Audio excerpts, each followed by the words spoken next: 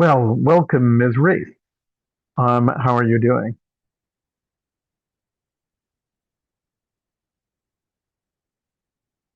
I have to apologize that I'm recording, but I will delete this portion of the conversation if we choose to post this. Would you like to say hello?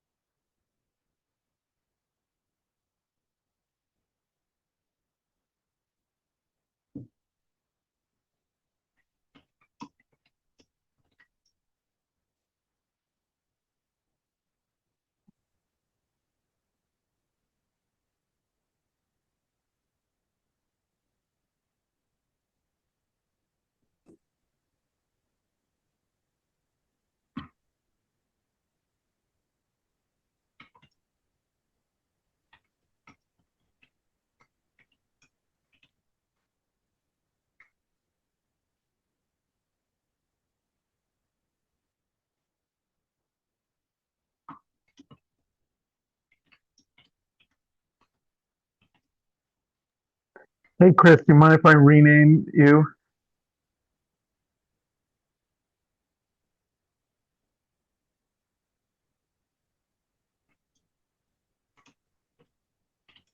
Chris, do you mind if I rename you?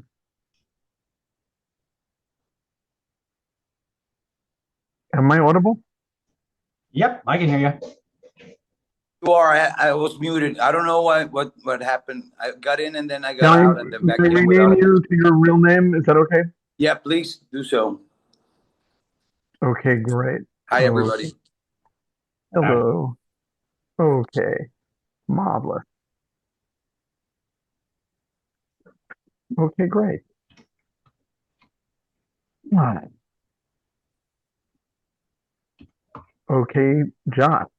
Um, I will describe the challenge. Um, and uh, and then Brad, if you would like to chime in second, that sounds good. How does that sound? That's great. Yeah, and then can we do a round since we're relatively small? Can we do a quick round of intros just to I can know who else is on before we jump in? Yeah, you're right. That sounds good. Actually, yeah. Would you like to start? Let's start by introducing you. Sure. So, hey, everybody, my name is Josh Tulkin. I live in Silver Spring, Maryland. I use he, him pronouns. I am zooming in from, yeah, the great state of Maryland. In my day job, I'm the director of the Maryland chapter of the Sierra Club. And I love strategy. I love political strategy. I love advocacy. I love activism. And I love bringing strategy to activism. And I think that I'll get to spend a little bit of time working on all of that with you today. So I'm Eric Lazarus, and I have done a range of social change related things. I've done a lot of work studying election integrity, how to make elections more trustworthy, especially in terms of uh, uh, technical attacks against elections. And I am very excited about the last meeting that we had, in which we got to meet two of the 13 members of FAFO, a group that fights and that's trying to convince people not to try to commit coups and to tell them that they could spend time in jail if they do. And so I'm very excited to then use the strategy chart concept about how we could uh, increase their effectiveness and other things like that. And I'm going to mute people who are not actually talking. And Gary, could you give us a quick introduction to you? Yeah. Thanks a lot, Eric, for inviting me and I'm looking forward to hearing from Josh. I just put in my little blurb in the chat to save time so people can just read it there. Marvelous. Um, and I think I'll end with Brad because Brad is likely, judging from last time, to do a lot of the question asking and stuff. So Chris, a little introduction to you. You're muted. We'll go on to Lulu. I want to introduce my friend Lulu. I'm going to try to get her and a bunch of other people to do an overview of what's going on in terms of election protection and election monitoring, what's likely to happen for the midterm, what's likely to happen, because I think FAFO wants to make a big contribution to it. I'm not sure that they're 100% hooked into all the things that are already happening. And so I want to have a scenic overview of all the election protection stuff going on so that they amplify. Um, oh, that group, the name is, oh, can someone find the real, it's the group on federal overreach, but if someone could find the exact name of the organization, that'd be Fight great. against federal overreach. Sorry, The fight against federal overreach, overreach. a great use of an abbreviation. Lulu, would you introduce yourself? Hey, I'm Lulu Freistad. I'm the co-founder and executive director of Smart Elections, and we also have an action partner, Smart Legislation. Smart Elections is a 501c3, and we focus on secure and accurate elections. We currently have a program called Count the Vote. We believe that it is the most comprehensive, nonpartisan election verification program ever launched in the United States. We have about 800 plus observers signed up right now in 47 states. And we do an election observation that is much more proactive than what some of the other organizations like Common Cause with their election protection are doing. We actually go into the polling place, collect data, and try to ascertain whether or not the votes are being counted accurately through that, and also research of the election results. And we are trying to spread the word about that and get more people involved. Thanks. Awesome. David, would you like to introduce yourself? Sure. Um, is the mic's on? Great. Your mic sounds great.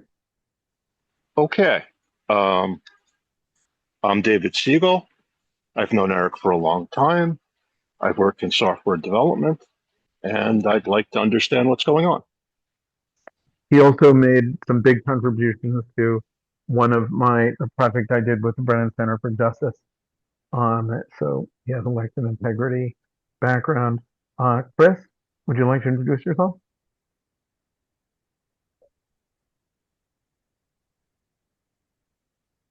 Is that me?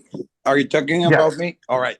Hi, everybody. My name is Chris Doppler. I'm from Monterrey, Mexico, and it's a pleasure being here. I'm an activist. I mean, I've known that that scarcity is like a thing that's not real, that it's been created by a group of people that want us living in hell instead of heaven, because heaven is right here, right now. And let's create that. I'm here to work with you guys, and whatever you guys need or want, I can help you. I'm here to serve, and I'm ready to go in action. So I'm gonna head to another place. I have to move right now, but I'm gonna be available here. I'm gonna be listening in.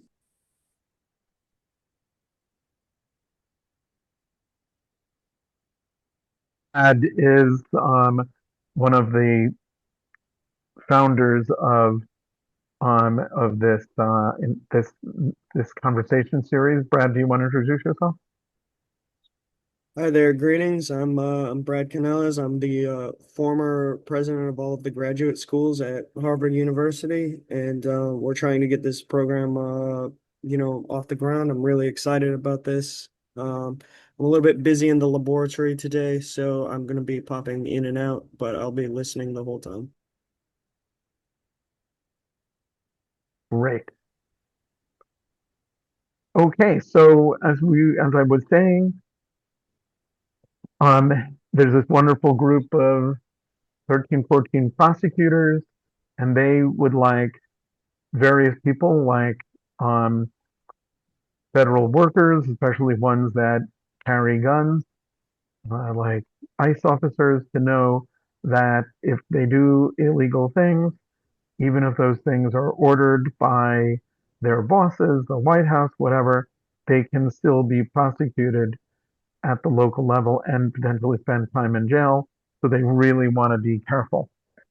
And so we thought that that trying to get the message out about this could be extremely valuable, and also trying to get many other prosecutors to make similar statements. Maybe people who don't agree with FAFO on lots of other things, but do think that the role of their office is to make sure that elections are free and fair, and are willing to say such things. So to broaden out, there are thousands of counties in America, and we would like people to be worried about interfering with elections, even in other counties. So, Josh, do you want to start the process for us? You're muted. Absolutely. Um, so, uh, as I shared in the beginning, I do political organizing and activism in my day job, but I'm also just passionate about strategy overall. If anybody has ever read Saul Alinsky's book, Rules for Radicals, he brilliantly summarizes political power as an ongoing and iterative battle of the haves and the have-nots. And he notes that who has and who has not can change over time, whether that's money or political power. But the challenge for those who do not have power is that it's incumbent upon us to figure out all of the best ways to flex the power that we do have and to grow the power that we do have so that we can affect change. The challenge is that power's held tightly. Rules, laws, political influence, media are all things that the people who have power like to maintain control over that. And so figuring out how to influence the systems that we have is its own challenge. And out of that, through a series of trainings through a group called the Midwest Academy, a lot of, I think, longtime knowledge from unions and a lot of other movements was put into something called a strategy chart, which is a really simple 5-column chart that can be a tool for people who are trying to develop a strategy to take on anything as big as civil rights and Supreme Court decisions, or how to affect a upcoming decision at your school board. When I was talking with Eric beforehand, when he brought up this really big challenge of election protection and also the potential capacity of students at Harvard or other schools, I thought the strategy chart could be a really great tool to help people think about how to connect the power that they have to this very important, but also like potentially sort of amorphous issue. So what I was proposing to do was to share share my screen and just briefly walk everybody through what the strategy chart is and what the columns are, and sort of what the questions are that we pose up. And then, once that's done, or as we go, I much prefer to get interrupted. As we go, spend a little bit of time trying to translate or take that strategy chart and put it in the context of this issue. So before we dive in, I posed a question to Eric of what the potential campaign for us to focus on would look like. And he shared a little bit about the elections work. But I did just want to take a quick pause and see if anybody else had any other details or thoughts about sort of your short-term or medium-term goals that you wanted to bring into the conversation before we jump into the chart. Because the exercise works best when you have something in mind. So it's fine if not, but I wanted to create some space. Go ahead, Lulu. I would just say that I remain concerned that the Democrat and progressive wing of the political spectrum is really focused on the idea of making sure that people can vote, which is very, very worthwhile. But there is almost no acknowledgement that after people vote, things could still happen to their votes to prevent them from being counted. That concept has been just completely relegated to the conservative and the Republican end of the political spectrum, who are, very, very actively investigating it. And that is a problem, because from the research that I've done and the investigations I've done for the last 20 plus years, there are many things that happen to people's votes after they are cast. And the idea that one side of the political spectrum is going to just completely ignore that is very problematic. Yeah. Thank you, Lulu. That's really important. Other comments? Okay, and Lulu, you did not know that, but you actually helped tee up one of the really, really important sort of theories and challenges of strategy development, which is that it's a norming exercise where a group of people come together around a strategy. It has nothing to do with whether or not it is the right strategy or the perfect strategy. It is about developing the strategy that a group of people share. And when I've facilitated sessions, we usually have a huge whiteboard up that we fill with a growing list of all of the other issues connected to this issue that we may not actually address in this strategy. It may turn out. And so it's always really important to sort of acknowledge all of the different pieces. And I will come back to this later, Lulu, but the question in my mind is how much the people on this call have the ability to influence the particular dynamic you mentioned there, or if it's really just noting how desperately we need people to focus on this other question.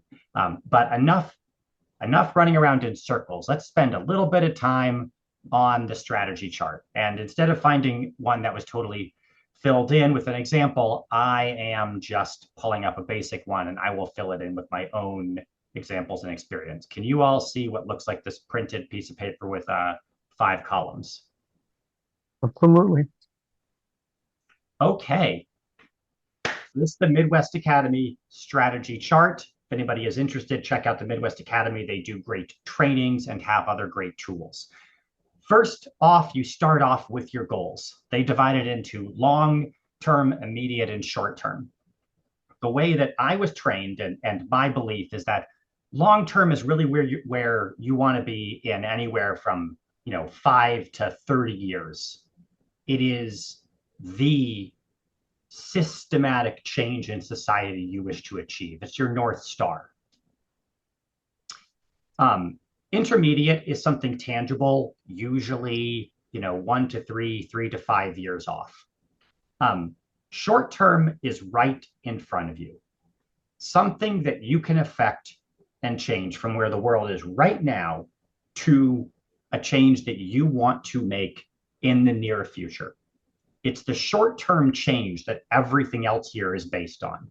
So if our long-term goal is protecting democracy and having democracy also lead to a thriving society, and the belief that we can't have a thriving society with fascism, then you would conclude that that's the long-term goal. And protecting elections does not guarantee we have a thriving society. So it gives you a chance to acknowledge that you're taking a step towards a bigger vision. I especially find later on when you're recruiting people, the ability to articulate the long-term vision helps people see that you're going in this direction, even though you're focusing on a particular narrow piece.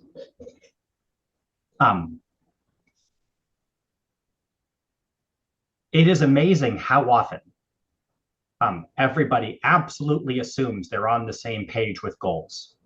And then when you start to write it down, things come up.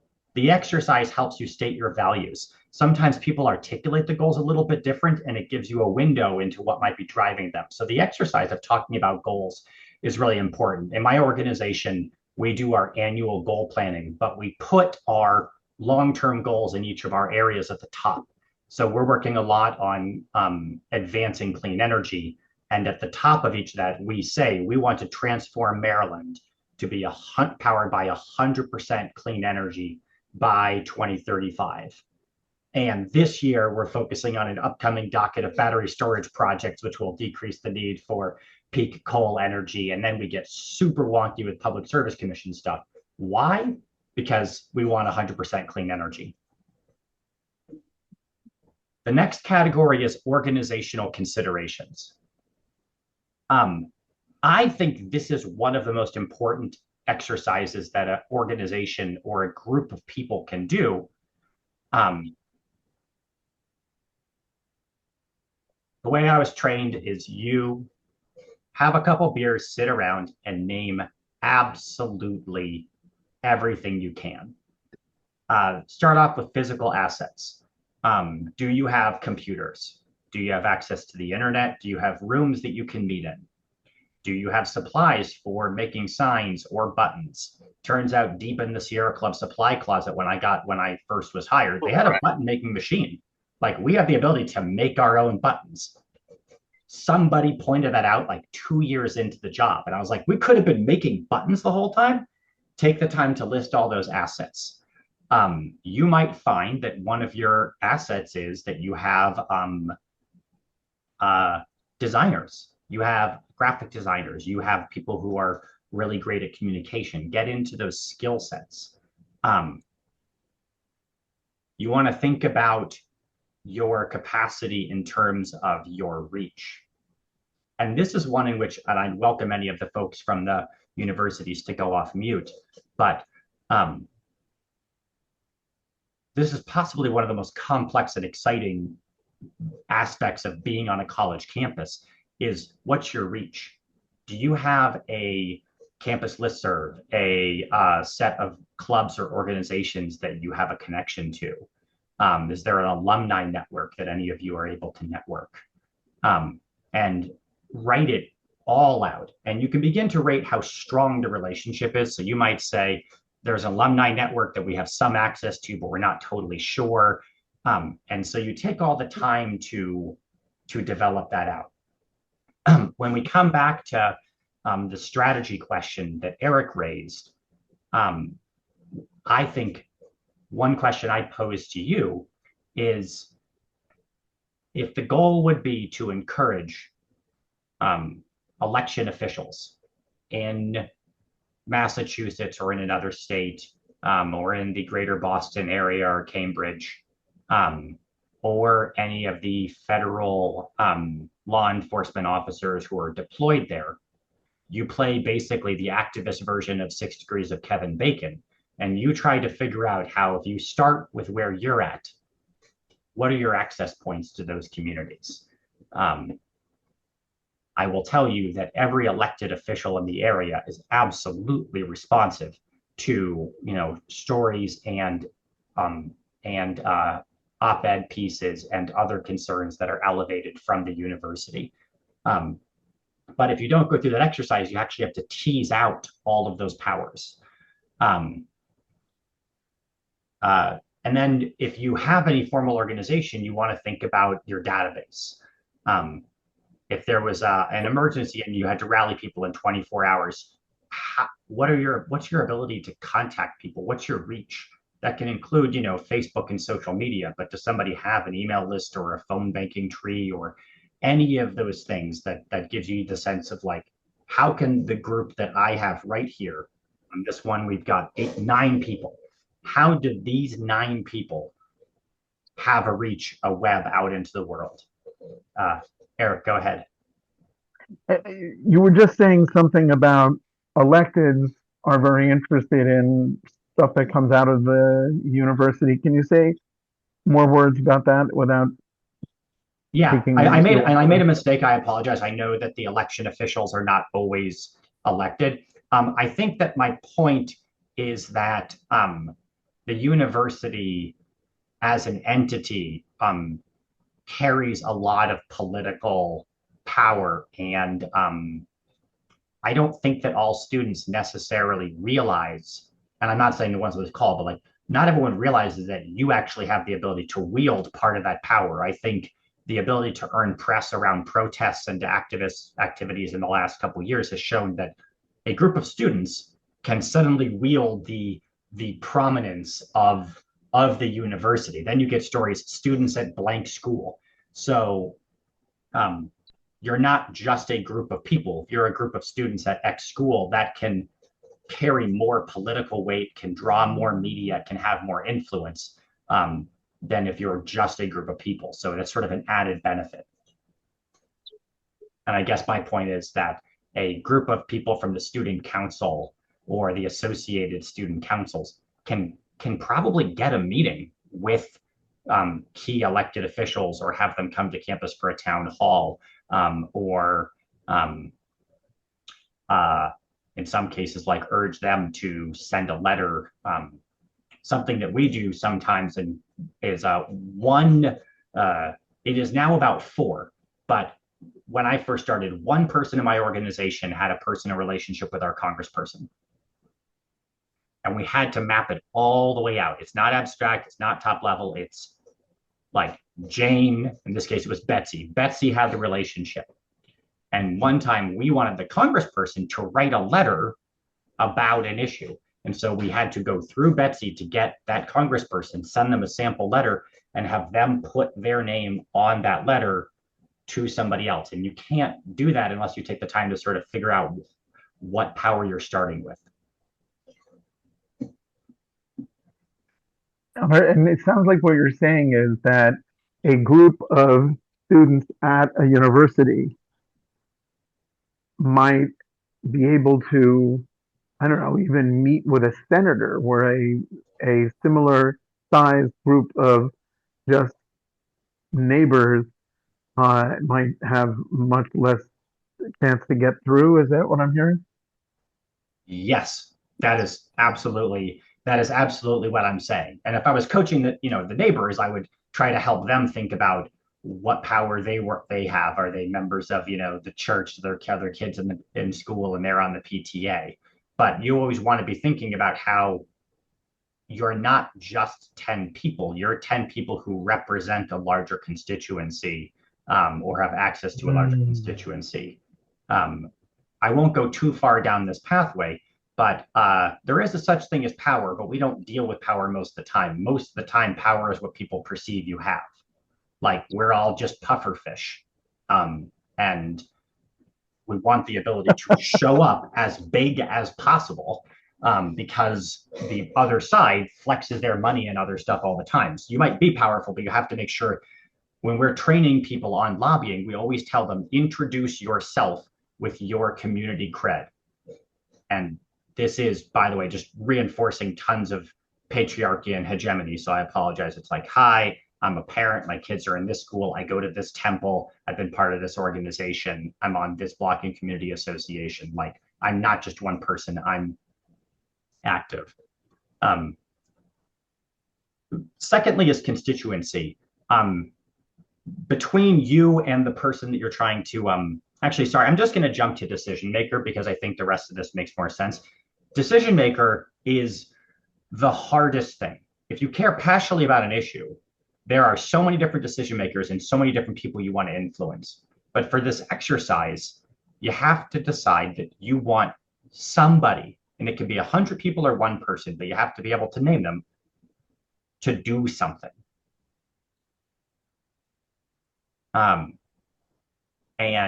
in the case of one of the examples that Eric brought up, what sticks with me is the question of the election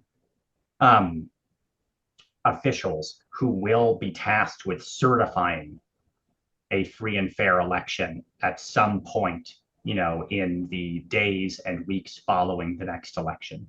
Every single one of them has to do something. They have to sign their name to it. It's not, the procedure is not as technical as most people think, but it is absolutely technical in that there is a moment in which the person basically swears and signs something. And there's a goal of being able to ensure that those people have the best information and possibly a sense of being supported, that they've been influenced to make the decision to protect democracy. And so you spend a little bit of time thinking about that person. Like, for national organizers, that person might be abstract. I guess I'd love to dive in for a second. This is great. I can just show my ignorance. What county is Harvard in?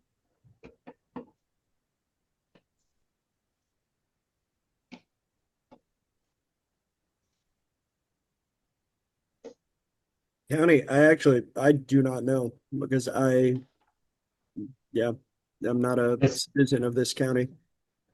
All right, well, sorry, who was that who was just speaking? Brad Canales, I do go to Harvard. So okay, well, this is the perfect example. Middlesex County. Okay. Oh, that's true. They do mention that. Can somebody Google to see if Middlesex County has an elected or appointed election official? Does Eric, Lulu, Gary, do you know what the title of a county level person would likely be? Just for starters, Harvard's website is saying that it's in Worcester County. Oh. While we were looking that up, I will share that on my very, very, very first lobby visit to Annapolis, I was walking around with my lookbook, desperately trying to get the right names of the people. And I ran after this elected official saying, Senator, Senator. And when I got to him, he finally said, I'm not a senator. I'm a delegate. I'm delegate blank, and I had gotten the name completely wrong. So part of this is embracing it enough to like get into the messiness. Like some campus areas are split. Like you have like campuses that are in one city, and then half of a campus or part of the graduate programs are in another. Um, but okay, let's take I'm supposed to say Okay, wait, Worcester. I think this is a confusion. Harvard is a town in Worcester. Okay, so Harvard University may be elsewhere. I apologize. No, you were right. It is in Worcester County.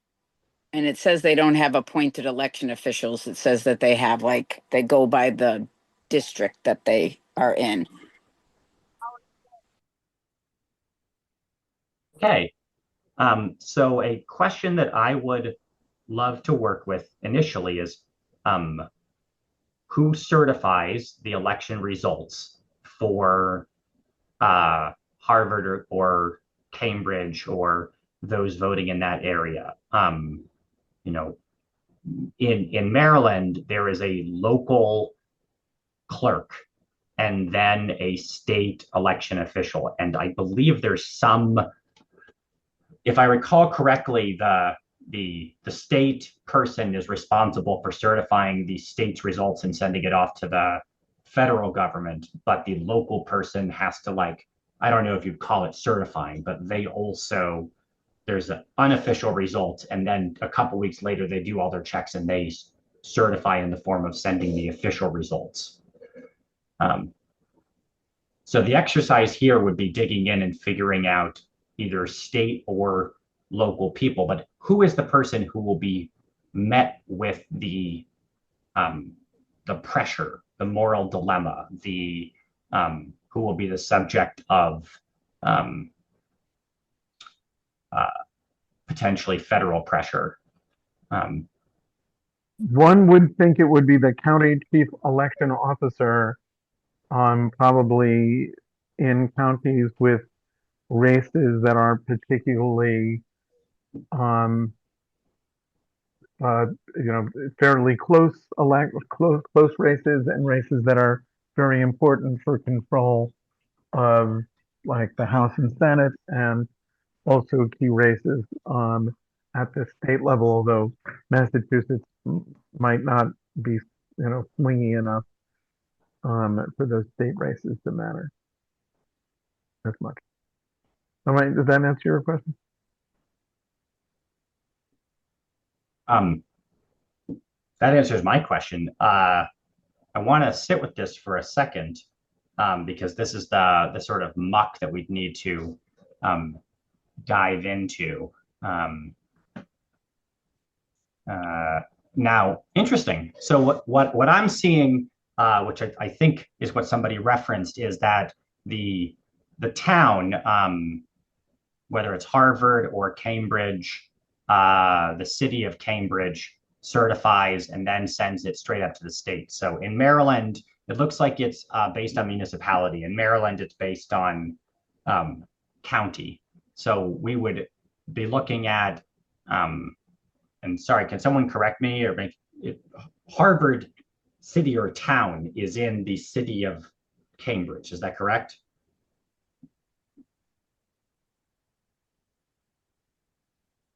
Yeah, Harvard's in Cambridge, Okay. and I'm still thinking that the county is Middlesex, but the The county is um, Middlesex. There's a separate town named Harvard in Massachusetts. Okay, I think my mistake here is that what I'm seeing is that in Massachusetts, the municipality, or in this case, Cambridge, has an election commission, and it goes from them up to it would go from them up to the state. So this would give us a little bit of a sense of not always the county level. Yep, you're right. So this is exactly the type of exercise that you need to go through when you're talking about decision makers. And occasionally, and this might be for any of the national organizations, is you have to be very careful putting out this information broadly. I would in no way suggest creating a big national database that just is sort of like becomes a doxing database. But for people that you trust, being able to give them and get them access to the best information quickly will help. So let's just take the exercise and say now we've got the Cambridge Elections Commission. What I'm seeing is it's I think it said it was like 4 people, or you got a certain number of commissioners, and you find out who those people are. And that's going to give you a sense of who your particular target is, whether you're trying to encourage that person to not give in to pressure, or if they're great on the issue, you're asking them to speak out, to say, I'm not going to give in, I am going to follow the law, and possibly helping to spread the word to others.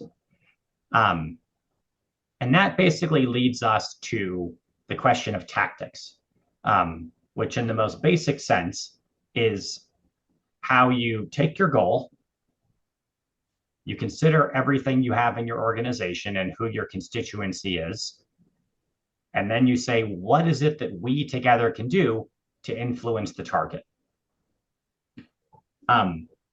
This is not a brainstorm of all of the different things that would hypothetically move a person. This is really important. That is a fun brainstorm. That is a brainstorm to do if you're writing a science fiction book, or while drinking with friends, or if you have like lots and lots and lots of money. But what you want to do if you're doing strategy planning is come up with a list of things that you can do with the assets and constituencies and organizational stuff that you have. The reason you spend all that time brainstorming your organizational considerations is that that is everything you have to work with. You can raise more and you can grow more, it's true, but you want to start with what you got. I was sharing an example earlier today with Eric and Gary, where I was working to try to prevent the construction of a coal-fired power plant in Southwest Virginia. And we were working with a local allied group there. Most of my organization's membership was in Northern Virginia. And strategically, it would really, really have helped if there was just this outburst of energy from Southwest Virginia, from coal country. That's like the goal. That would be wonderful. We could not affect that. If we had gone down to Southwest Virginia, we would have looked like, Northerners parachuting in. It would not have worked. A thing that could also influence the governor, who was the decision maker in this case, was hearing loudly from the Northern Virginia constituency. And so we actually used our capacity to rally the Northern Virginia communities to speak up. We noted that coal pollution from Southwest Virginia does impact Northern Virginia, like we talked about all about the electricity sector. And so it's not always the ability to do what you think is the most awesome tactic. It's the tactic or tactics that work with who you are and the assets that you currently have.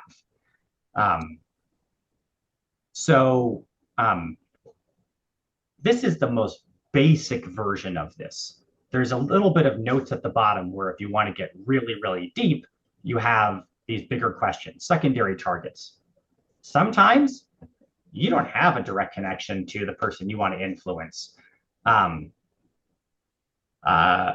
Sometimes if it's an elected official, you don't have a way to access them. So then you start asking the question, well, who does access them, and do I have access to them? So what church do they go to? Who donates to their campaign? You can look up public records sometimes and see who they met with. And so oftentimes, if you have a wide enough network, you'll find that you don't know the person you're trying to influence, but you know a person who knows their pastor, or you know somebody that's a few steps away. Every one of these exercises takes more time, so it sort of depends on how deeply you want to go into it. And then similarly, you do want to think about opponents, which is if you're sitting, imagine everything is a lobby visit. If you're sitting in the lobby waiting to meet with the person and the person who feels differently is right behind you, like the opponents are going to go in. It's a little bit more concrete for me if I'm fighting against, coal power. But there are, I don't know if like the president's allies are going to be lobbying them, but I do think there's folks out there who are perpetuating the various election related myths. And certainly some folks who are probably just making a lot of election officials like afraid of bodily harm. So those are considerations you might have. Eric, go ahead. It seemed to me you were just saying a moment ago what amounted to be driven by the resources that you have, or maybe be driven by the resources you have or think you could easily, reasonably, reliably, and rapidly acquire, and think about the strategies that those resources make available. Was that the point you were making about? Yes. You made a statement. Okay. Yeah. In the short term, and I mean short term might be 3 to 4 months, you mostly want to think about the resources that you have. Well, I'll put it another way. Here's what you want to avoid. What you want to avoid is spending a lot of time on a very, very big, grandiose idea that involves raising a bunch of resources, only to at the end realize that nobody in your group knows how to raise those resources. If you're looking 5-10 years down the line, like think big, but it's important to first start off trying to use the resources that you do have. And so if I was thinking about elections work in a November election, I would be looking first to strategies and tactics that rely on like what I do have or what I can readily acquire quickly. And readily acquire quickly is a thing that some of you can all defend. If you think you know a person who might be, or people who might be willing to drop, $10,000 or $20,000, then that becomes something you can readily acquire. Like I can, in a pinch, raise, thousands or tens of thousands if necessary. I cannot, in a pinch, raise hundreds of thousands or millions. So my readily available is like a very small delta of like several $1,000s more than I have. That's again getting back to understanding your organization.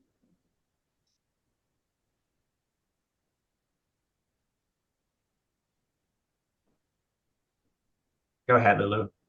Hey, I just want to loop in the original comment that I made about how I think the progressive perspective is that the Republicans are engaged in election denialism, and that the good thing to do, the right thing to do, is to make sure, as you said, to make sure that election officials resist the pressure and sort of stand firm.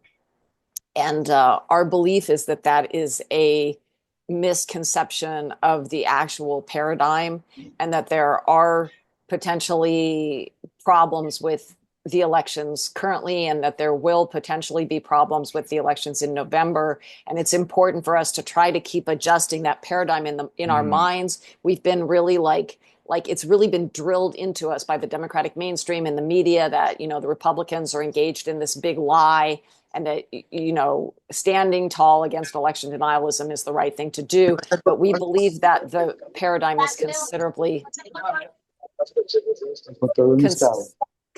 more nuanced. And I think it's important to just keep that in mind, even like in regard to strategy, where we're not even really thinking about content, we're really thinking about techniques. That paradigm is still kind of like underlying everything. I'm just trying to consciously call it out. I really appreciate that. And I should just underscore that for anybody on this call, in terms of the framing messaging around these goals, please listen to the experts. I am parroting or reinforcing a few things that I hear to illustrate the training, but this is not my area. So I really appreciate, Lula, you raising that. I think, Eric, I would punt it back to you at this point. If there are participants from Harvard or from the campus organizations, I would love, who are in a place or are able to, I would love to spend a little bit of time brainstorming a few of these categories and just maybe not as to individuals, but Tell me whether uh, tell me whether this fits. Um, one of our members is crazy busy doing research stuff at Harvard, uh, but is also a member of a Divine Nine fraternity. This individual doesn't have time to actually nurse those relationships, but I would think might use their connections to find the person who wants to be our Divine Nine conduit person. Given that yeah, these Uh, are powerful with 100-year history of political activism, we would love to be working with them. Eric, Understand, when we say university community, we don't mean people are necessarily on campus right now, but they know each other because they're connected through their university affiliation. yeah. Eric, if I can kind of streamline the question, I think in universities, right, you have a special opportunity to build these extensive networks of a diverse array of people with different skill sets and things. But I think I've found that one of the main difficulties for student leaders is to leverage these networks, to use these and mobilize these communities without the need to micromanage communities. So I was wondering if you had any tips or pointers for how to get people to follow through with doing things or to be more mobilized. Ooh, I do. Um, and um, I can very much appreciate that challenge. So I have a couple different ideas I can throw out. So the first is list building, which is at the beginning of any campaign, I like to start off with a launch and the launch webinar. And the idea is to create or build a database of interested people that you have direct access to. So what this does is this helps you build and simplify your communication. So one of the activities that you can do is start off with a webinar or rally, in person or digital, and work with the folks that you have to promote it, and have as many people co-sponsor and send it around and get people to register and get people to sign a petition when they show up and pull all of that together. So first, like that just gives one person or a group of people like a list. It helps you move beyond the context and it deburdens the intermediary. So if somebody says, I'm happy to forward your invite, but I don't have the ability to organize all of them, that's great. They forward the invite to their fraternity and you see who shows up. And then maybe somebody with more capacity shows up. So like that's one tactic to just looking for, you've got an access point, but that person doesn't have a lot of capacity. They're helping you find some other people. There are ways you can package tactics. So Brad, I want to play with your example and to say, let's actually take it like we're the group strategizing on exactly the problem that you're talking about. So if the we is not the entire Harvard community, the we is the 8 people on this call. And our goal is to capitalize on as much of that power as possible, knowing that a lot of people are spread thin. What I would think about is what are the ways that these entities express themselves that gets you the most bang for the buck with the least effort. In the political world, we often use sign-on letters, which is that we put pen to paper on the thing that we want somebody to sign. And then we either send it around and ask each of these organizations or entities to add their name to that letter. And so the action that they all have to take is to discuss as an organization adding their letter or their name onto a letter. And once we've got everybody's name on, we can do a couple things with that. We can send out a press release and maybe ask if any of the people would like to act as spokespeople. You will be amazed at the number of people who had no capacity. And then when you say, would you like to talk to a reporter? They have a lot of capacity. So there are folks who thrive with media access. And it's not a bad thing. You want people who do that. You can also use that letter to request a meeting of the target. So if I was to take it in a very specific way, if you wanted to send a letter to somebody in one of these Department of Elections to talk about elections related questions, and you've got a meeting request or a letter from 20 campus organizations, they'll probably say yes. And then that way, what's happening with their limited capacity, the other organizations, is that you're not asking them to come to a bunch of planning meetings if they don't want to, but you are saying, can you show up to this meeting? And also ideally maybe show up to like some other meeting where you've got one of the tactics that unions use, which is great, is that they will bring larger groups to meetings. So one person's in the meeting and 8 people are outside with the union color shirts outside. So you have to pass and you see their power. I don't know if a sign-on letter is the best way, but I try to think about a tactic that is the best way for those groups to express their values. And what we will do is we'll come up with 2 to 3. We'll say there's a sign-on letter. There is we'll often do a sample letter to the editor. This might work less if you're on the same campus, but if we have people all over Maryland, we give them talking points so they can write a letter to the editor of their local newspaper. We have other hokey activities. We like to do photo petitions where people basically just write a sign with the values they have, like protect our elections, and they take a photo and they throw it up on Instagram. And it's something so simple, but putting the message in front of you gives a person the chance to, it's a little bit like holding a sign at a rally. So I'm just sort of raising those as a couple of the tools. But Brad, I'd love to know. I see Chris has his hand up, so I want to go to Chris. But then I'd love to hear, like, is that getting at the question you were asking? And if not, I'd love to continue to brainstorm. Let's stay with Brad until his question really gets Okay. Great. answered. So, Brad, what did you think of what Josh said? What comes up?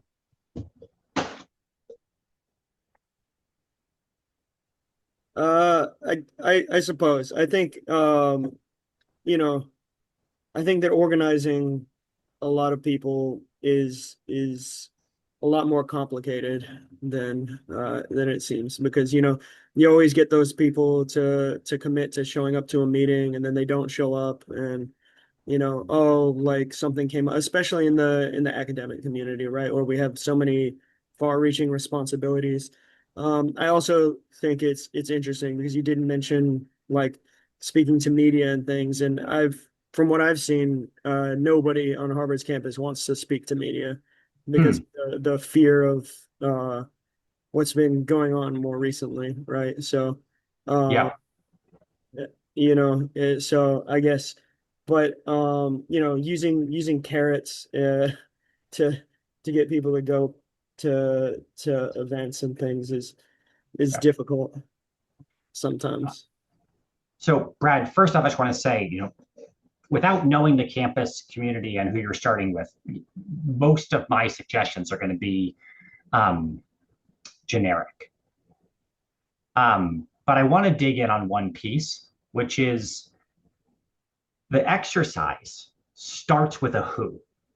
And I think it's designed to be empowering, which is I actually like to start off small. Like, I don't have a lot of resources. Who am I? Who's in my network?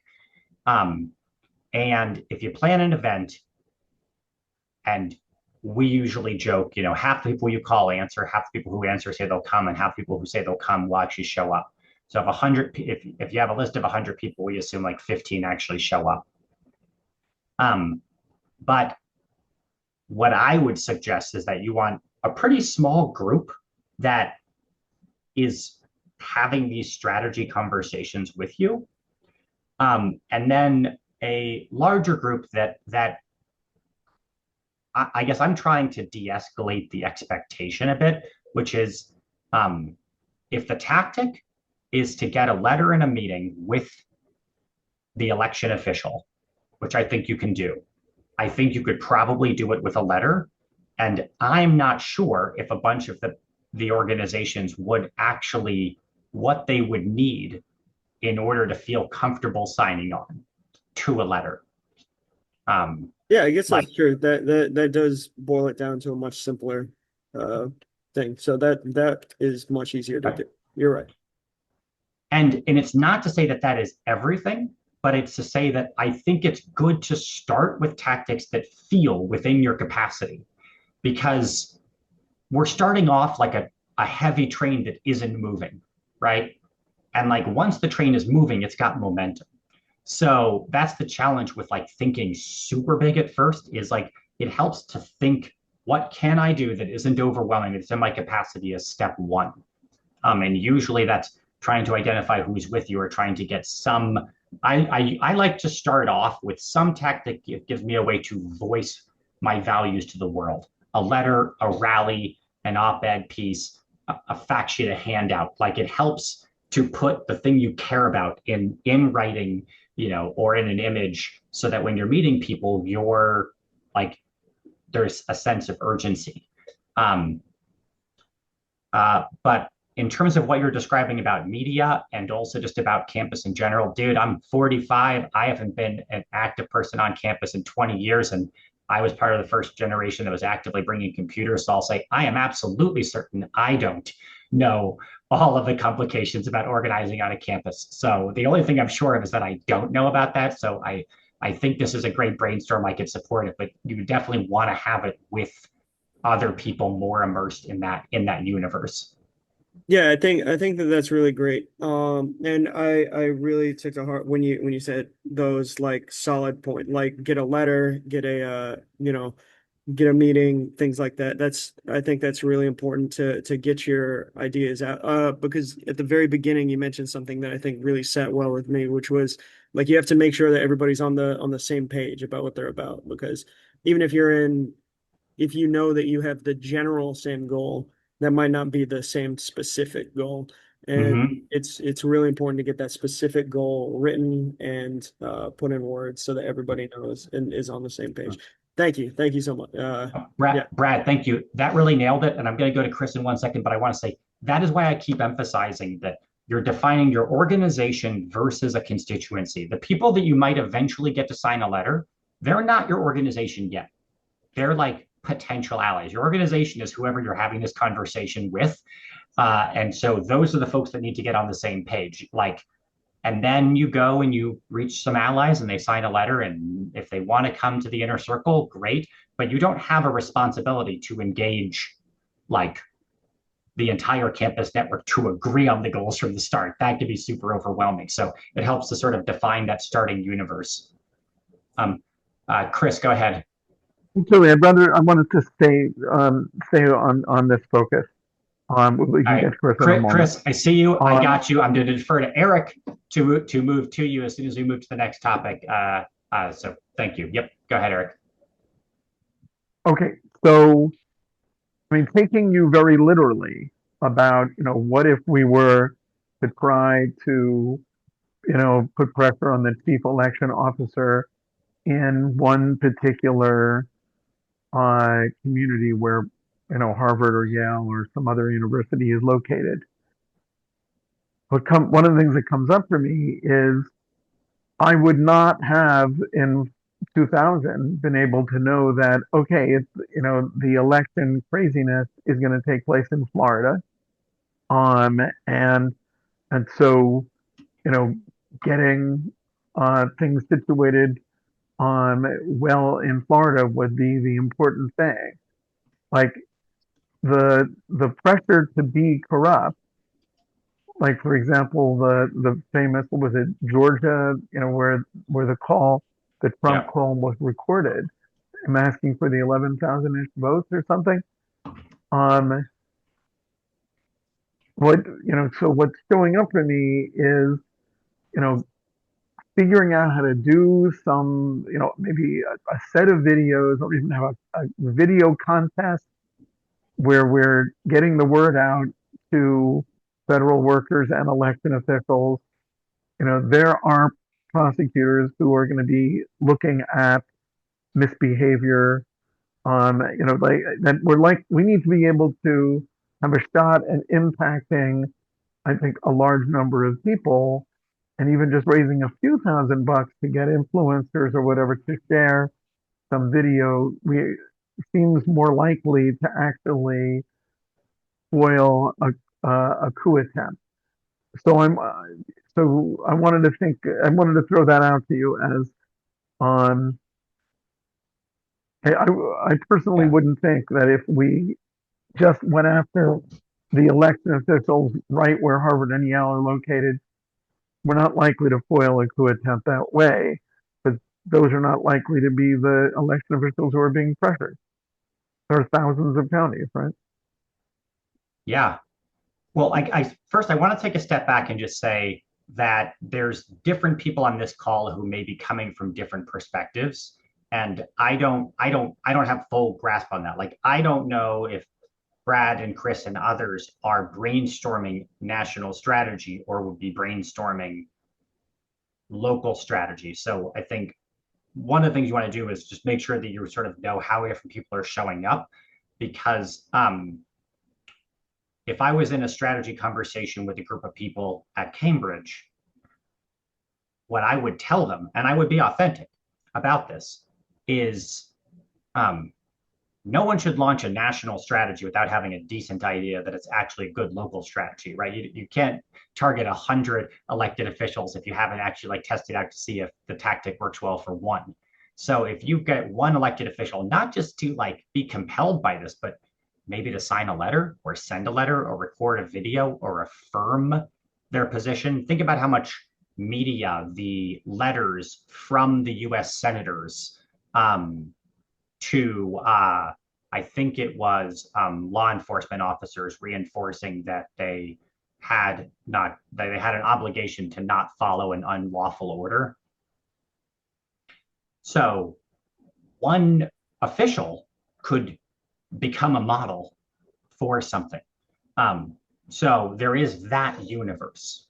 And so to me, that might be the right thing for the organizational considerations of a group at Harvard to be thinking about their first step for action. If I zoom all the way out to a national strategy, Eric, like I don't have a sense of the capacity, but yeah, it would certainly be, I mean, nationally, yes, I would be more focused on the places where the threat of federal influence is really high. So that makes sense. So I'm just trying to differentiate. Like, I think that's true, but I think if I was at Harvard, I would recommend starting with the like. I wouldn't launch a national strategy before going and talking to my elections official in Cambridge. I think that will just give you the context and the understanding. So you're not on a big call saying, let's everybody do this. And somebody says, hey, have you talked to Joe in the elections office at Cambridge yet? And you're like, no, I don't know Joe.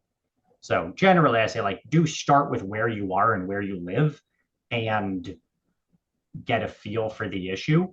But then, I mean, do I think we need to influence more Let's assume that Cambridge? Yeah. let's assume that the high risk thing is that ICE officers will be sent out to stand in front of election polling places all over the country and intimidate brown people from voting. Let's say that's the high risk thing that's actually likely to happen. So or they might even be instructed to capture election materials for safekeeping, right? So we need to get a message into the heads of those people. Now, testing those messages out on a small number of ICE, staff makes a great deal of sense to me. But I don't know the strategy that says let's figure out how to get I mean, this group, FAFO, has already done the work of saying, well, like Krasner, the seventh largest city in the U.S.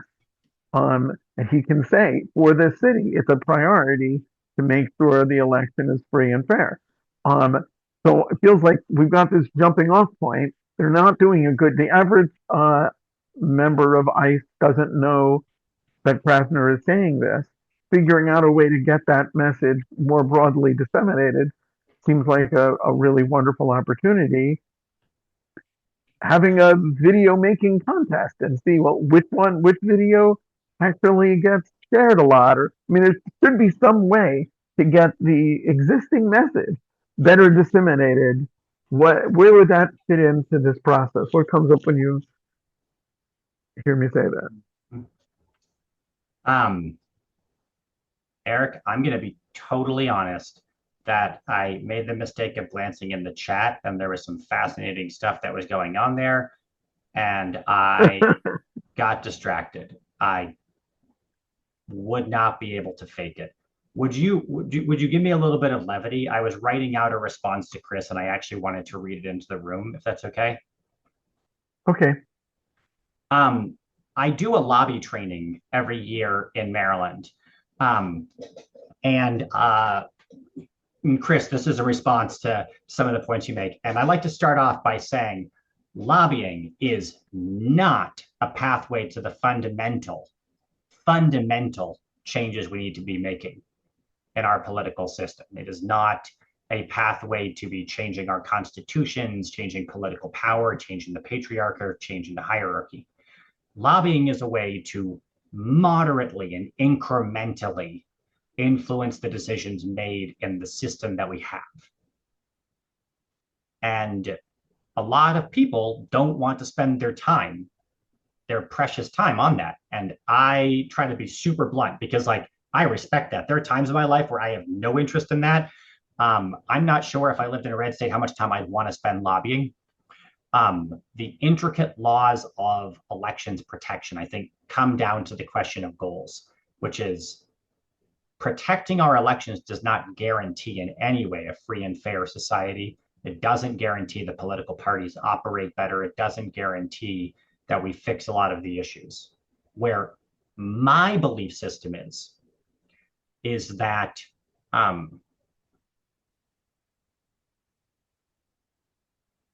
having losing or continuing to lose free and fair elections pushes us further into tyranny and autocracy. And that protecting our elections is a way to get us to protect us slipping further away from where we want to be. I think there are people who think the system is too broken and it just needs to break and be replaced. And if that is one's belief system, then I don't really have a compelling argument for focusing on protecting an election where you're voting between two shitty people. It's my belief system that I'm doing this not because I think we get the chance to elect the best candidates, but because I think that having free and fair elections is an essential step towards where I want to go. And then my second belief system is that it is as difficult as it is to reform a system, chaos usually tends towards tyranny and autocracy, which is a much longer, complicated conversation. But I just wanted to read it and say, I agree with a lot of the critiques you're saying. And I think it's important to be clear that protecting our elections is not the same as electing people or fixing some of the fundamental reasons that are motivating you. The question is whether or not it's an important enough step to try to engage on that particular piece. And I think you can engage on that piece without overstating what it could produce, and even without overstating that hey, we're protecting democracy. Right now, democracy is not actually serving a lot of the people in this country, and we have corporate run parties and yada, yada, yada. So you don't have to be thrilled with protecting democracy. It's more about the risk of what happens next. And sorry, I just wanted to vocalize that. It was easier for me to say than to write out.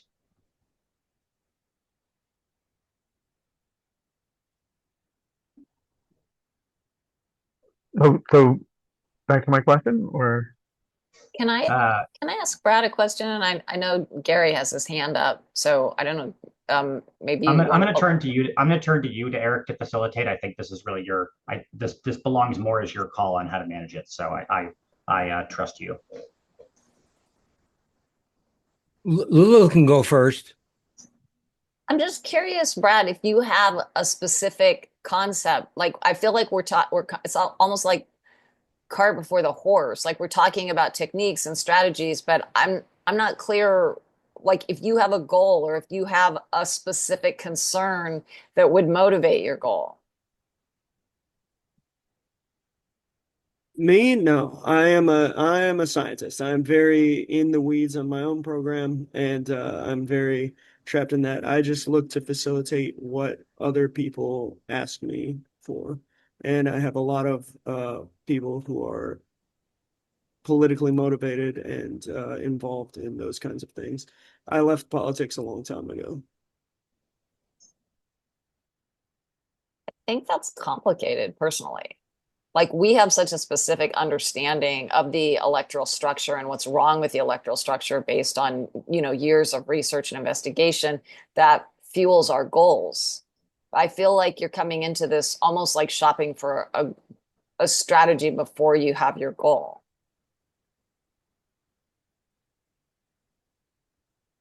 Uh, well, I guess I'll take that.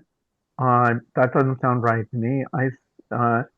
Just as Brasner said in last week's meeting, it really looks like the autocracy playbook is being run, and we want to do what we can to reduce the chances that we end up with a Russia-like, fake democracy. And we're looking for how can we use university resources, and by which I mean university community resources, to reduce the chances of complete breakdown of freedom, democracy, and rule of law. So I think we're starting with clarity at the high level, and we're trying to figure out, there are amazing resources. As I pointed out to you, a mutual friend of ours sold a company for $1 billion, right? Like there are amazing resources in these universities. We got to figure out how to leverage them. So, what shows up for you when you hear me say that, Lily? Me? I agree with you Yeah, that there you were are, saying that yeah, it I didn't think seem like. yeah, I totally agree with your equation, Eric. There are very serious risks. The democracy is becoming a facade. There are wonderful resources, both intellectual, connectivity, and financial through these universities that could be protecting our democracy. I personally think it's very important that we understand the the places where those risks to the democracy can come from. They're not just from Trump. Trump is a boogeyman that everybody is like, focused on. He's like the big orange puppet in the room, and the ICE agents are, his goons. And that is definitely one risk. But there is also a risk that we have seen repeatedly, which is that the facade of democracy is a kind of like a glove, an iron glove that comes down and covers all kinds of corruption underneath. So we just experienced that in an election in New York where the process itself was utterly corrupted. There were fairly clear indications that the election officials themselves were actually filling out new ballots. Like literally, they had copies of ballots that they mixed with regular ballots. They had no chain of custody. They were breaking statutes. They had thrown election seals in the garbage, and they lied under oath to the judge. And yet the decision came back that the election was perfectly normal. And so that's why I think it's so important to educate people that the risks to our democracy are multifaceted and that protecting them, it requires really understanding. That's why we're training people to observe their local elections, because you cannot possibly know if you have a real election or a fake, like pretend election, unless you are a little bit more in the weeds and go and watch and start to understand the process.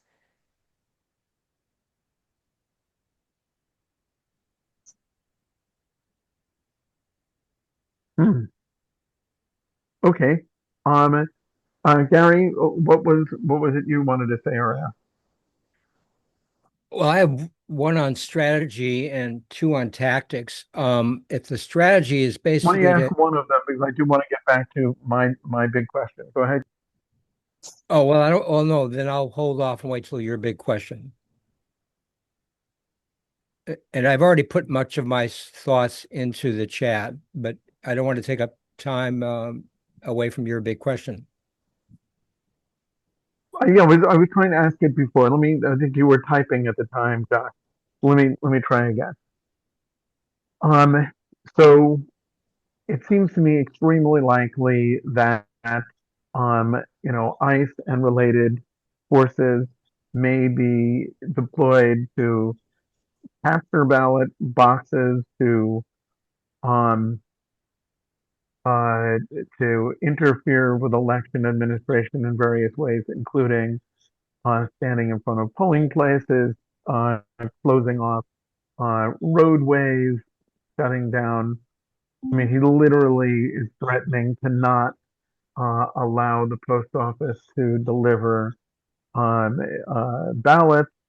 Like, there's all kinds of ways in which um, the federal workforce, mostly I'm thinking of armed people, but postal workers are not armed, so that's another example, could be used.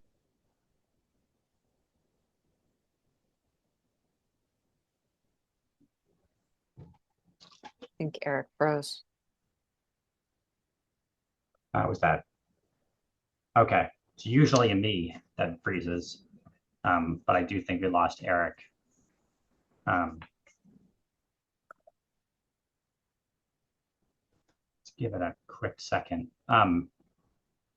Gary, do you want to start off with one of your questions while we're waiting for Eric to reconnect? Yeah, I want to get back to the strategy point, and that is if the overall strategy is to be able to enable free. Oh, we got him. We got him. Oh, he disappeared now. I'll talk again. If the overall strategy is to enable free and fair election, there he is. Okay. Sorry about that. Uh, so yeah, we were doing a strategy chart, and that was one of the strategies we wanted to consider. What would come up for you about that kind of strategy? Amplifying their message, making sure it gets into more ears. Is the question clear?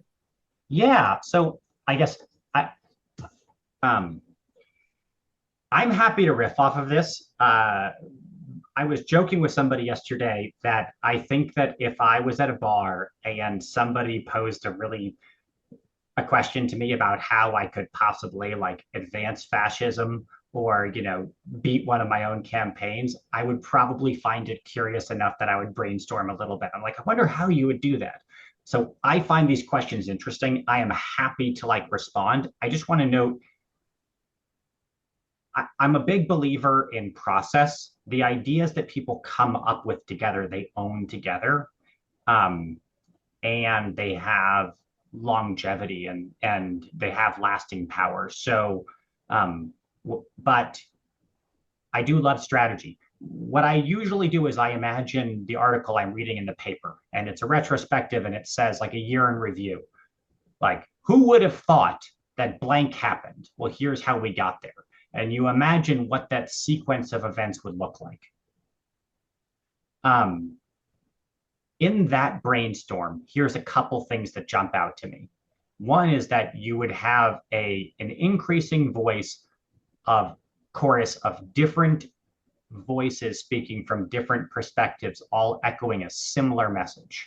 You would have a growing number of legal experts speaking publicly about the urgent crisis of pressure on elections officials and what that would look like. You would have, people that you like and people that you would detest. You would have Dershowitz. You would have, I was trying to think of the lawyer who defended OJ. I can't, I would just say, you would have lots of people. You would have the Heritage Institute. You would have ACLU, talking about the risk and the need for people to be free of pressure from elected officials, from people in power. I think that you would need some way to empower the targeted individuals to feel a sense of solidarity. I'm not really sure how to do that because I don't know if those people should be making public statements like in advance of elections. I think that typically elections officials try to stay out of politics. So I'm not really sure how to do that. Let's simplify for a second. Let's simplify. Let's think. I knew in advance that it's going to be ICE. That ICE is going to be told to capture ballots before they are counted, certainly before they're audited, for safekeeping. Let's say I knew in advance it's going to be ICE, and they're going to be actually, and we have in the United States no system if an election got totally trashed.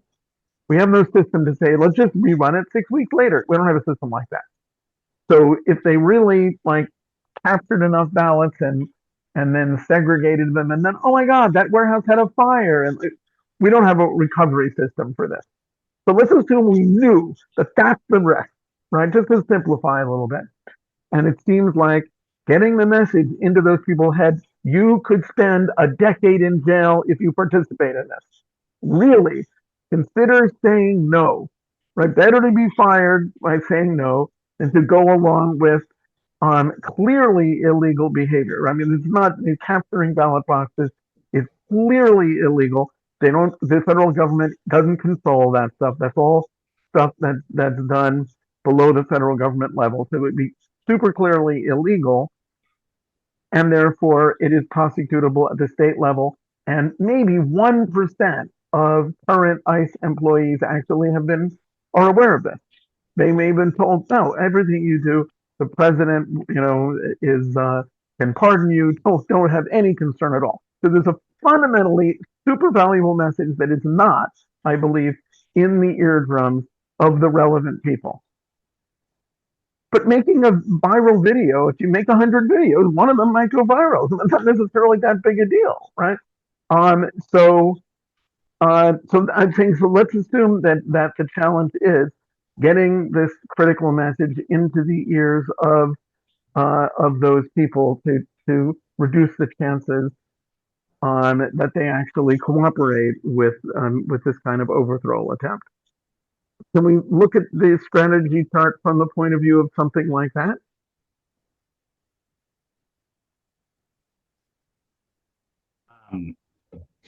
Yeah, I think, give me a second.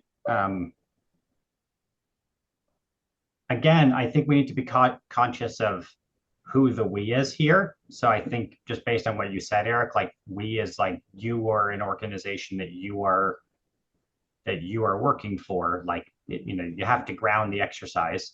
So at this point, give me a second.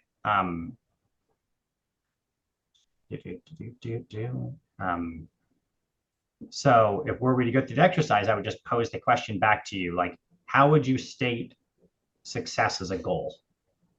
What would success be in this case? That people refuse to certify and choose instead to quit. Forget to certify. This is getting too complicated.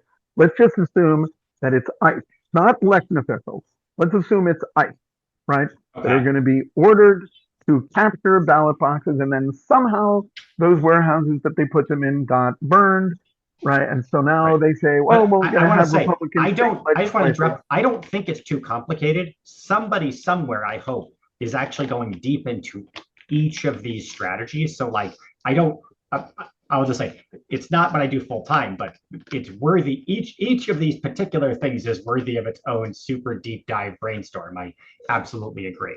But yes, if we're considering ICE for a second, the question is organizational considerations. We could brainstorm random tactics. You'd probably want a lawyer to prosecute somebody or scare the shit out of people so that the viral video going around is somebody crying, going, I had no idea.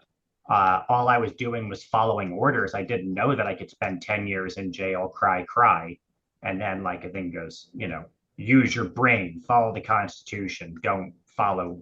I'm saying, but that's a good tactic if you have a lawyer and have a bunch of money on an ad campaign. So it's a bit Well, we hard have, for to example, brainstorm. I'm sorry. It's a bit hard to brainstorm without sort of defining, like you have to go through those first organizational consideration questions so that you're brainstorming within the means of who it is that's having this exercise. Like we could brainstorm ad campaigns, but I don't know if you or other people have like money to pay for ads. So I think I'm saying, I apologize, but like for me, for the exercise is you have to go, you try to go sequentially so that you make sure that you're coming up with tactics that are within your capacity. Eric, you could make an AI video very inexpensively. You can get like one of these programs. We were making a video for our piece of legislation, and the video is remarkably like really skillfully done. I can send you the link to the AI video program we were using, and Oh yeah, I would love to get some coaching about AI video production. Go ahead. yeah. So why don't you do like an AI video of exactly what Josh was describing, like your fantasy video, which is like an ICE agent weeping as he's thrown behind bars in handcuffs and said, I had no idea that I could be prosecuted for taking ballots. I was ordered to take the ballots, and then the prison door slams shut on him. And that's your like 1 minute video that you start sending around. So those right.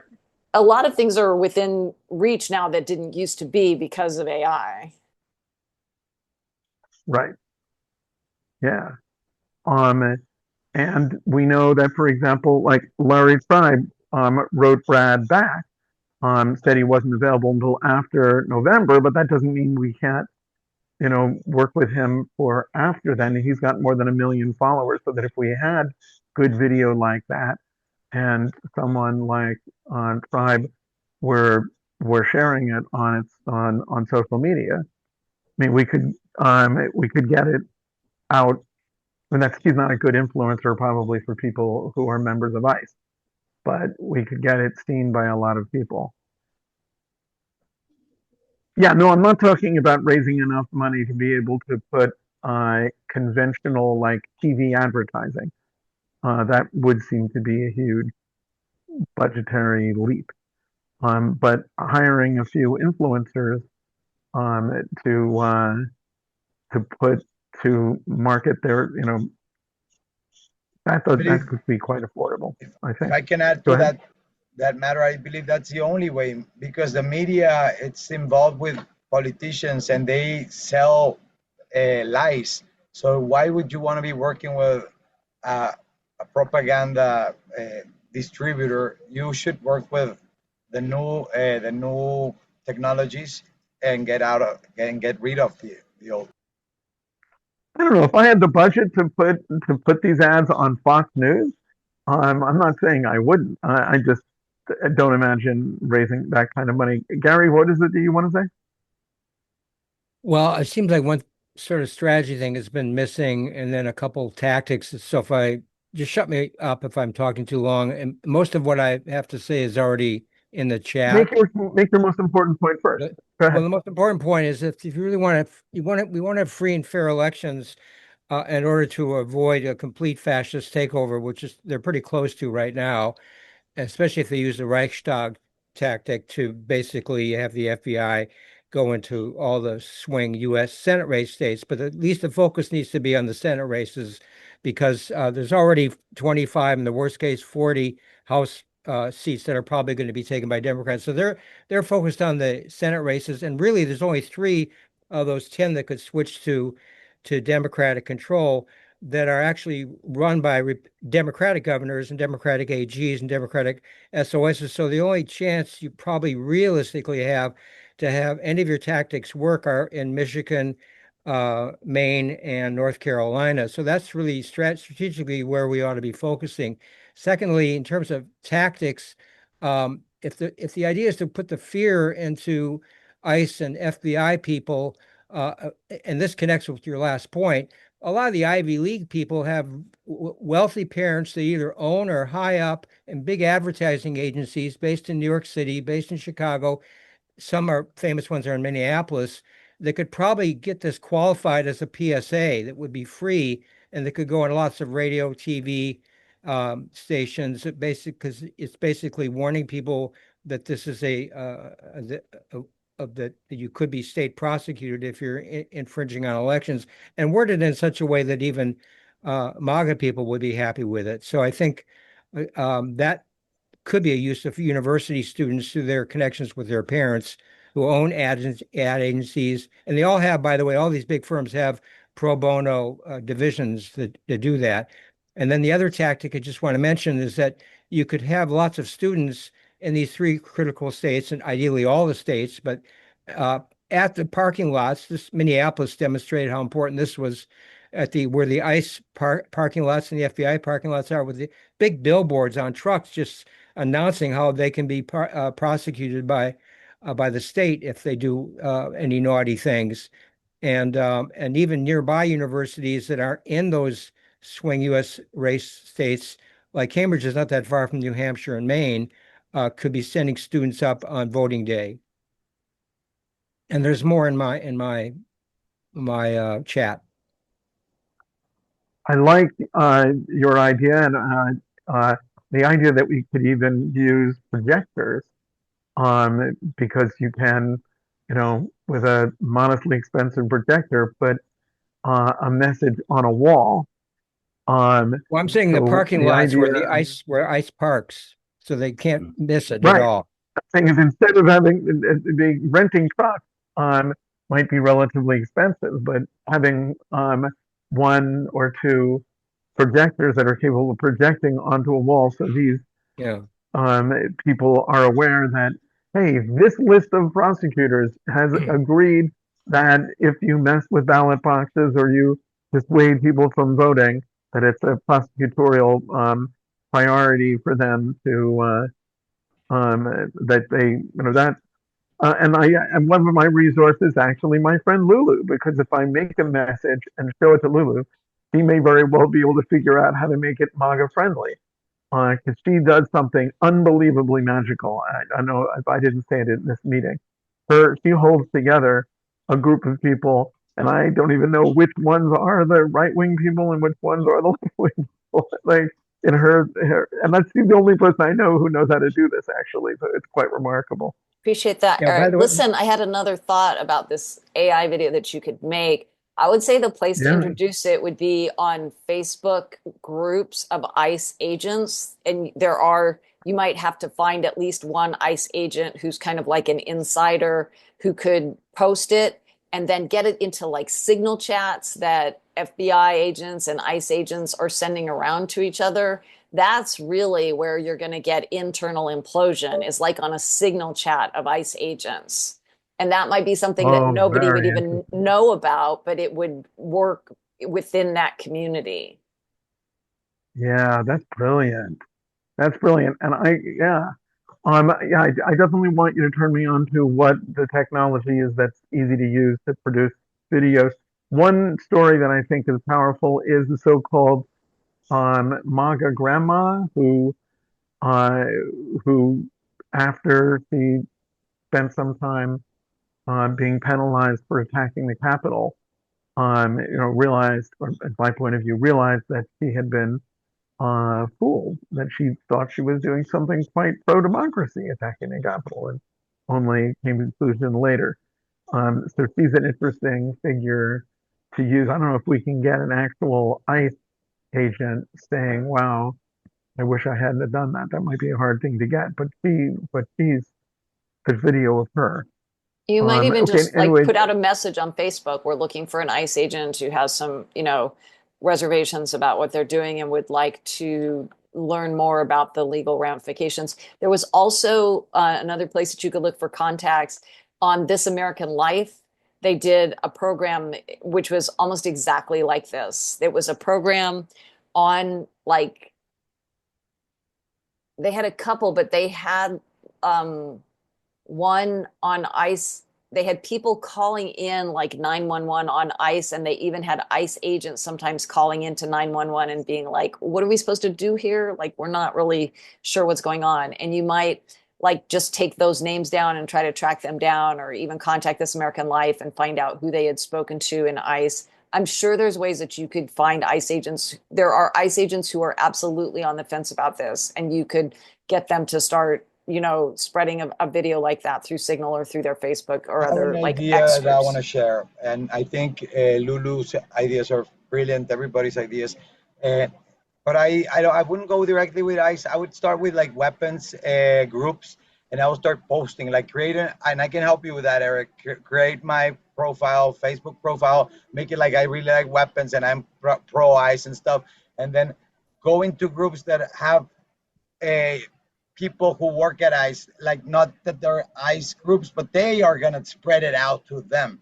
So we meet them at like weapons and like racist groups, and then we post those comments there with a profile that looks like it's one of them, and then they'll repost them on the ICE groups. Both worth a try, and finding someone who's really an expert in leveraging social media. Actually, I think I might know someone who could really guide us. Who wanted to? Josh, did you have something you wanted to say? Well, first, I just want to say, Chris, you are making my day as you're rolling from like hardcore earnest values to like really, really like insightful strategy. That thinking about, so that, getting back to the strategy chart, you're talking secondary targets there. You're saying, I want to influence these people. Am I the right communicator? Who else is in between? And then I just threw into the chat that Robin Bell is a video artist in DC who is the person, if you ever saw any of the videos, projected all those images onto the Trump Hotel. And he does a lot of really, really thoughtful guerrilla projection art. And he's a good guy. You can, email him. But if you want to go in the way of a projection is a cheap way to both get a visual message. Almost always, if it's outside DC, it gets a story. And so it might be like a tactic to consider thinking about the. Do you have any connection to Mr. Bell? Robin, I mean, I've met him at a Fringe Fest or like the various art things, but no, not really. He would not know my name.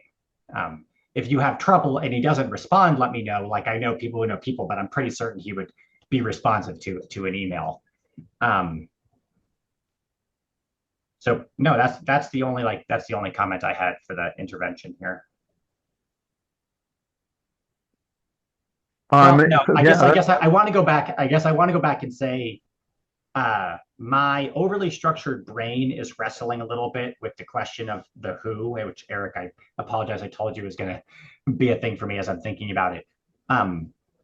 So in the Harvard universe, if the goal is not a democratic conversation within the Harvard entity, but it is trying to tap into Harvard's capacity, there are so many clubs and groups. There is God knows how many AI, digital, visual, school of communication. There are so many people who are emailing nonprofit organizations, offering their resources for free consultations as part of their final process. So, and I don't think there's anything wrong with this, but if the goal is not to brainstorm with, but to seek resources and you have access, then I think that also, and Brad, I don't want to put you on the spot, but part of what I was hearing from Brad is like the giant conversation can be overwhelming, but the specifics are more manageable. So I just want to pull it back that it may be that some of these things are resources that can be tapped into if you have a specific ask, like a Harvard law professor or students in communication who could do video.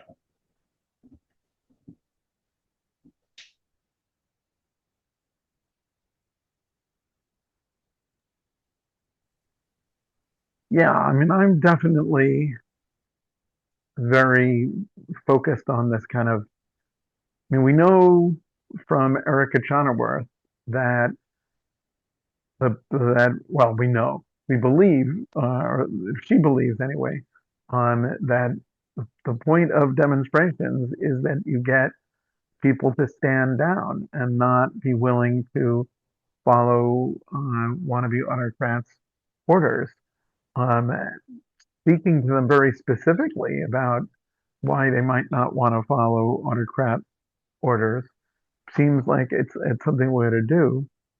And yeah, Lulu's point that one can do videos much more deeply now. That's really powerful. I want to learn more about that. Um,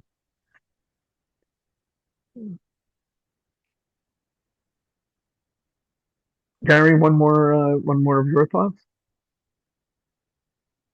Um, well, this isn't quite fit, but I think we're only talking about saving these elections, and there really needs to be much more discussion on what happens if they do sabotage the Senate races and the fascist with the Reichstag operation and the fascist takeover is complete. Then what do we do? That's what our tech team is focused on, is how to have a national civic uprising that can shut down major sectors of the economy, because that's the only thing that's ever worked, according to Chenoweth's research, in overthrowing fascist regimes 94% of the time. Elections only work 6% of the time. I mean, is she arguing that only general strikes work, or what are you saying? Did we just lose you? No, there you were. Um, I don't. You're saying that either general strikes or something just short of general strikes are the things you're saying Well, work. What do you think? according to her research, about 94% of the successful efforts to non-violently overthrow fascist regimes have required massive strikes, general strikes, and that can really threaten major pillars of support, which are usually the economic pillars of support. So we're developing the tools you would need to be able to make a national civic uprising actually feasible. So one tool makes it much easier to actually have an army of 1,000 more organizers.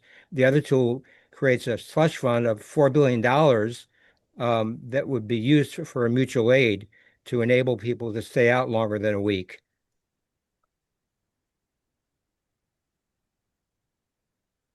Let's talk more about that. Lulu, what did you want to say?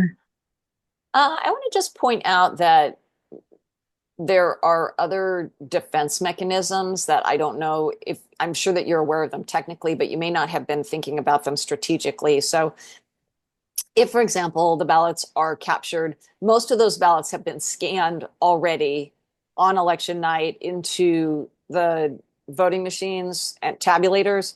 And the mail in ballots by election night have almost all been scanned in through central count scanners. So those ballots, although they may be captured by ICE, they exist digitally. And the digital ballot images, there is much more understanding of what they are and how to use them and their central position in the election process. They are part of the chain of custody legally, because anything that is part of your ballot is part of the legal chain of custody that has to be preserved for, usually either 22 or 24 months. And the voting machines actually, technically, as you well know, read the digital ballot image. They actually don't read the paper ballot. They take the photo of the digital ballot image and then they count the information on the digital ballot image. So the digital ballot image is, in some ways, it is a very important document of record of how the voter voted.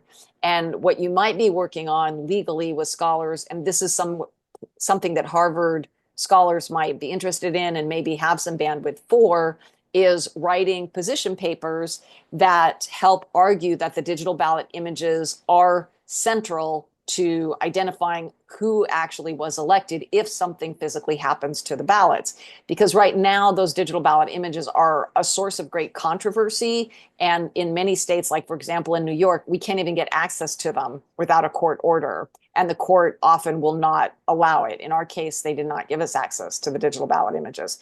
And so there's a very specific defense mechanism where the great legal minds at Harvard could go to work between now and November, setting out the premise that digital ballot images are a very important protection for us to utilize in the case that something happens to the ballots. And then this won't be a new concept when it actually comes up. It will be something that has already been circulating in legal communities, and the judges will be watching and listening to, because right now judges are often very, very hesitant to open up the digital ballot images to the public. Yeah, well, this is an area where you and I are on the same page. Yeah, thank you so much. In the remaining few minutes, maybe this would be a good time to go back through what you were here to teach us and make sure that we've nailed the major concepts. Does that sound good, or what would you like to do in the time we have? We could ask you more I specific have to questions run. about. I got to run to Indivisible, but I want David Siegel to see the message I sent him so I can get in contact with him. I can put you in touch with one another, guys. Yeah. I think I'm happy to just do a quick wrap up on the resources and the training Great. piece, and then I think I would turn it over to Please. you, Eric, for resources on the closing. So in the chat, there's been a lot of conversation, I think, about the different ways that we resist and about collective action. It's my belief that collective action is the way that we have power, and tactics is how we express it. So there's people should be debating general strikes versus letters versus things we sign. And the question is whether we've created the community for people to come together. I love the strategy chart, not as a piece of paper on the wall. I grew up doing strategy planning, not on computers, but in a big room filled with people. And the people fill in the chart together. And so the exercise is not about getting the right answers on the board. It's about filling it in together and what you learn from each other. And so what I would just suggest to anybody is, your takeaway from this is that it can be a great top level strategy tool if you're trying to envision national change, but it is designed best for a group of people who are trying to find what they want to do together. And you can own the whole, or you can own something super small. I've had the amazing experience of seeing my wife begin to, one of those times where you're not really sure your spouse is listening, and then years later you're like, oh my God, you've been listening all this time. I've been rambling on. She has been mobilizing strategically a variety of community groups in support of a shared goal, revitalizing our downtown, protecting some of these paths to work. And she often says, and it's a quote from somebody else, I go out my front door and I look to the right, I look to the left, and that's the place that I'm organizing. And so if I asked her to do the strategy chart, she would name the business league, she would name the downtown group, the local community organization. And so I do think it's a good activity because we all need to sustain ourselves. And so that first step of organizational considerations is really who are you and who are you working with? Who's your team in this? That being said, if you want to go deep, all you have to do is Google Midwest Academy strategy chart, and you will find about 10 different modules based on this to help you dive into each one of them.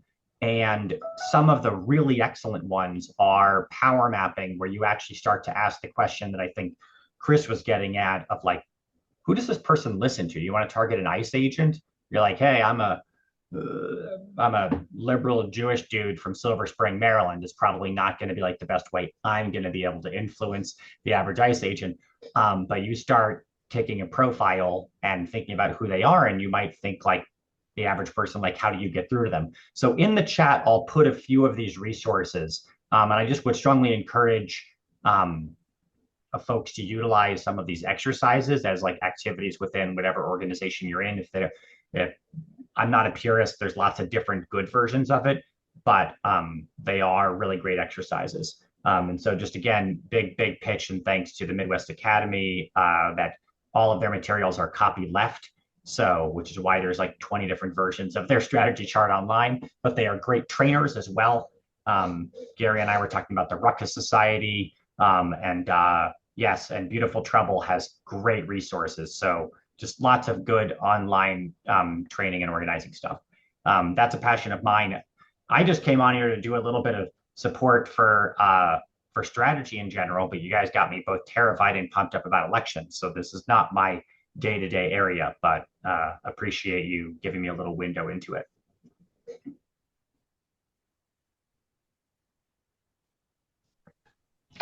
Last questions for Josh.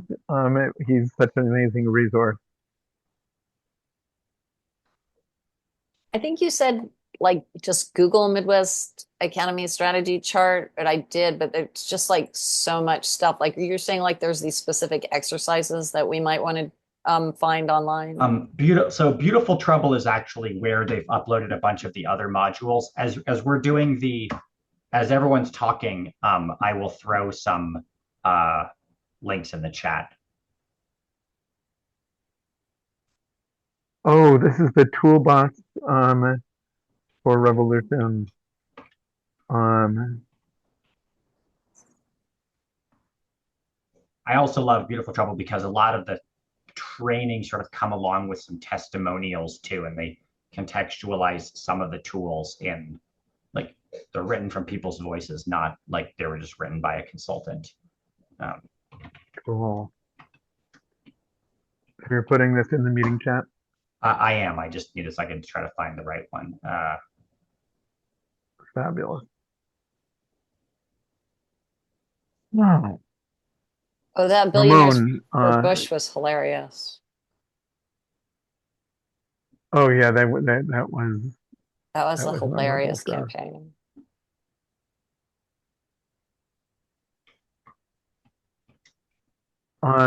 David, do you have anything to say or ask before we wrap the meeting?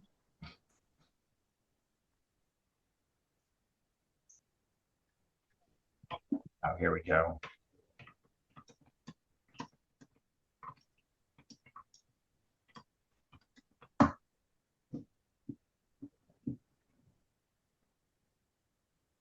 My phone just starts saying things sometimes. David, did you or Brad, do you have anything you want to say or ask before we wrap the meeting? No, I just wanted to thank you for this session. It's been very productive.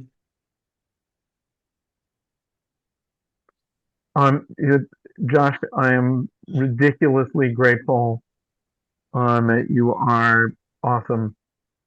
And I have so much to learn from you, and I hope I will get other opportunities to learn more from you. Thank you, Eric. I really enjoy it. It gets my brain thinking differently. I put into the chat 2 links. I found the link directly to the strategy chart. And above is it's a little bit of a strategy journey, and it gets into the other pieces where you deep dive into it. My only caution is like strategize with, if you have 10 hours, don't use all 10 hours doing strategy and then run out of time to do. So strategy without action is sort of useless. So I love strategy, but like if you have a certain strategize just long enough and then save the rest of your time to go do an imperfect tactic out in the world is still action. Hey, Josh, we should cooperate because I'm the action expert and you're the strategy. I love it. I love it. We got to bring those pieces together. Chris, I'll throw my name in the chat here. Please send your phone number. I mean, let's continue. I look forward on talking to you personally.